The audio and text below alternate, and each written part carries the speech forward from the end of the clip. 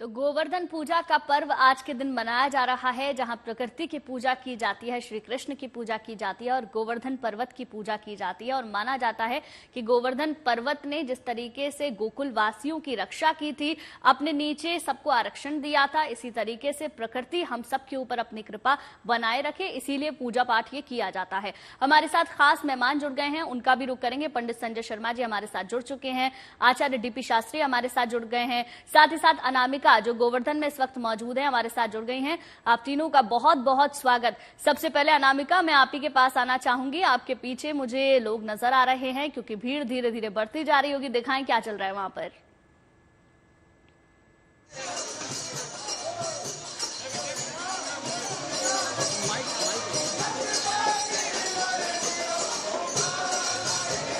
अनामिका, आपकी आवाज मुझ तक नहीं पहुंच रही है।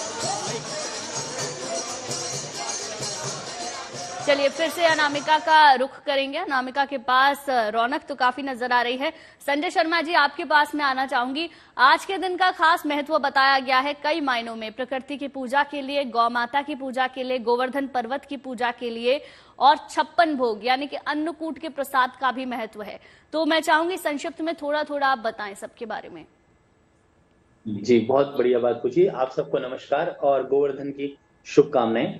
आज का दिन जो है प्रकृति के लिए है। कहते हैं कि भगवान इंद्र ने इतनी बारिश कर दी कि वहां पर जो है गोवर्धन में, वृंदावन में रहना, जो है ब्रज की भूमि में रहना मुश्किल हो गया। तो भगवान कृष्ण ने जो है 7 दिन तक जो है गोवर्धन पर्वत को अपनी छोटी उंगली के ऊपर उठाकर रखा, कि जिससे कि वहां पर कोई भी प्राकृतिक आपदा ना आ जाए।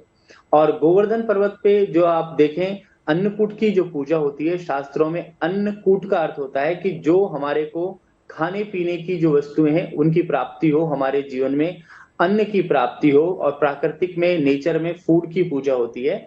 और गोवर्धन जो बनाया जाता है वो गाय के गोबर से बनाया जाता है। सबसे पहले उस स्थान को साफ करते हैं और गोवर्धन गाय के गोबर से बना करके और उसकी पूजा की जाती है। और ये दिन बड़ा महत्वपूर्ण इसलिए माना जाता है कि पूरे नेचर में इस आज के दिन जो 56 भोग की बात की जा रही है, या कड़ी चावल बनता है, या आज के दिन जो है मोटा अनाज का जो है भोजन बनता है, तो ये बड़ा ही महत्वपूर्ण होता है, क्योंकि हमारे यहाँ पे अन्नकूट का जो त्योहार है वो अन्न की पूजा के लिए भी माना जाता है और गोवर्धन की पूजा के लिए भी माना जाता है। तो ये जो त्योहार है, हम कहते हैं कि अन्न की पूजा, प्रकृति की पूजा और पंचामृत से स्नान, क्योंकि गाय के जो दही होता है उसी से जो दही को इस्तेमाल करके और उसमें से कड़ी बनाई जाती है। तो जो प्रकृति है उसकी पूरी चीजों का इस्तेमाल करना भी आज के दिन बताया जाता है कि भाई अन्न से लेकर जल तक जो है प्रकृति की सभी चीजों की पूजा करनी चाहिए और उनको जो है आप व्यर्थ ना करें। ये भी एक संदेश हमें यहाँ पे मिलता है। ठीक है डीपी शास्त्री जी, आपसे थोड़ा सा मैं समझना चाहूंगी। 56 तरीके के भोग लगाए जाते हैं, अन्नकूट का प्रसाद बनाया जाता है और उसके बाद वो प्रसाद सभी लोगों में बांट दिया जाता है। थोड़ा थोड़ा ही प्रसाद इतना ज्यादा हो जाता है और माना जाता है कि माता अन्नपूर्णा का भी अगर आपको आशीर्वाद चाहिए तो आज के दिन अन्नकूट बनाना चाहिए और भोग लगाना चाहिए। इसके बारे में थोड़ा सा बताएं। देखिए, भोग की महिमा तो बहुत कुछ बताया गया है। 56 प्रकार के भोग तो सब लोग जानते भी हैं, बल्कि जो गोवर्धन की महिमा है, वो जो पर्वतराज है, जो वहाँ की मिट्टी है, जो कण है, वो ज्ञान से लेकर के मुक्ति के साधन के स्थान दिया गया है। संतों की महिमा में बताएं या पुराणों से बताएं, उसमें लिखा है कि वृंदावन की गैल में मुक्ति पड़े बिलखा है, पूछे श्री कृष्ण से मेरी मुक्ति बता। लास्ट में बोलते हैं कि पड़ी रहो इस गैल में तेरी मुक्ति हो जाए, उड़ उड़ रज माथे लगे। यानी संत महात्मा गुरुजन जो गोवर्धन के पूजन करते हैं या परिक्रमा करते हैं, उससे जो मिट्टी की कण की प्राप्ति होती है, वो कण ही जीवन में मुक्ति का साधन बन जाता है। यहाँ पे जो 7 वर्ष के भगवान कृष्ण थे, 7 दिन रात्रि गोवर्धन को अपनी छोटी अंगुली पे धारण किए थे। ब्रज के ब्रजवासियों को, गोपियों के रक्षा करके इंद्र का विमान को चूर किए थे। इंद्र का विमान घमंड को चूर किए थे।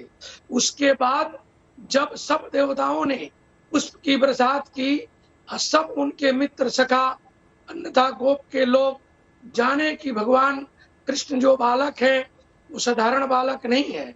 तो सबके घरों से अन्न इत्यादि वितरण किया गया, मांग के लाया गया। एक तरह के समझिए भिक्षा भी होता है।